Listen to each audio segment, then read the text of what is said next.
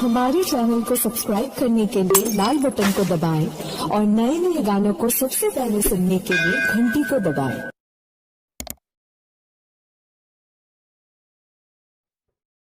बोला बोला बाबा बैजनाथ की।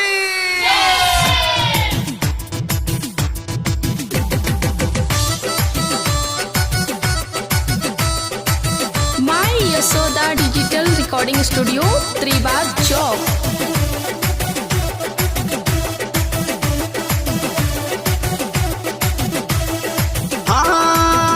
माथे बांधी के बगरी जाला न डगरी, माथे बांधी के बगरी जाला न डगरी, मरचिला में बोलब बम बम बम, बोल दाना बम बम बम, बोल दाना बम बम बम, बोल दाना होगी बोल बम बम, बोल दाना होगी बोल बम बम।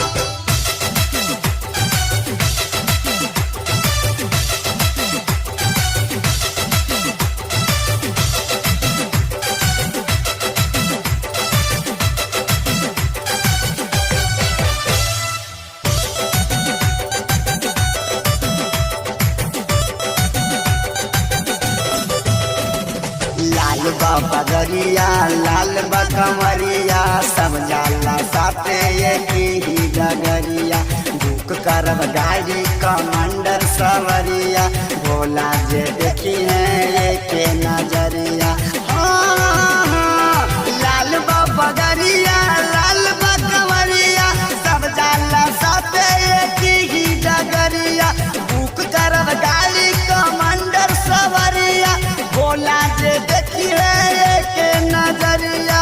हो सुल्तानगंज से जलवा उठाई, सुल्तानगंज से जलवा उठाई, सुया पहाड़ मारब दम दम दम, बोल दाना बम बम बम, बोल दाना बम बम बम, बोल दाना होगी बोल बम बम, बोल दाना होगी बोल बम बम।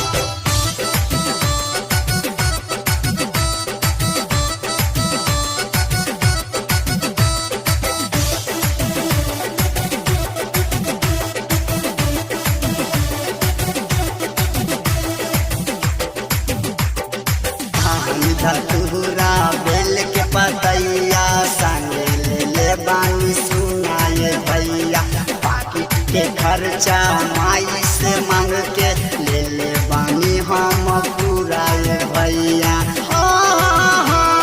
दाहन धतूरा बेल के पतैया संगे ले ले बानी सुनाए भैया, बाकी के खर्चा माई से मांग के ले ले बानी हम पूराए भैया।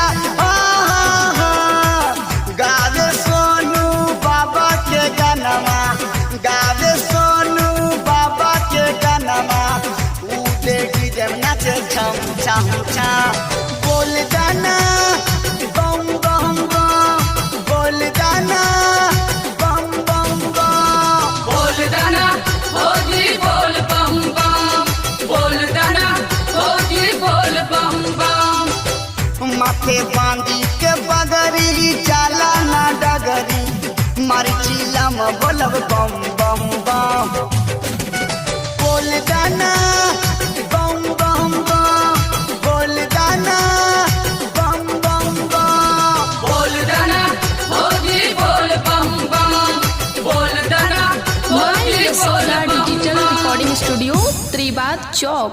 बोल दाना